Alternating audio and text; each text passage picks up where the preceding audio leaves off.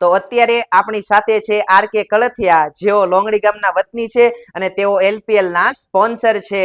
જે છેલ્લા 25 વર્ષથી અતુલ્ય કલાના બિઝનેસ સાથે સંકળાયેલા છે અને આ આપણા રમેશભાઈને આ કામ કરવું ગમે છે. અને કહેવાય છે ને મિત્રો, જ્યારે પોતાનો શોખ, પોતાની કળા અને કારીગરી આવડત આ કલા સાથે જોડે ને ત્યારે કલામય આર્ટ તૈયાર થાય છે. સાથે સાથે અહીંયા તમામ પ્રકારના કસ્ટમાઇઝ વર્ક થાય છે.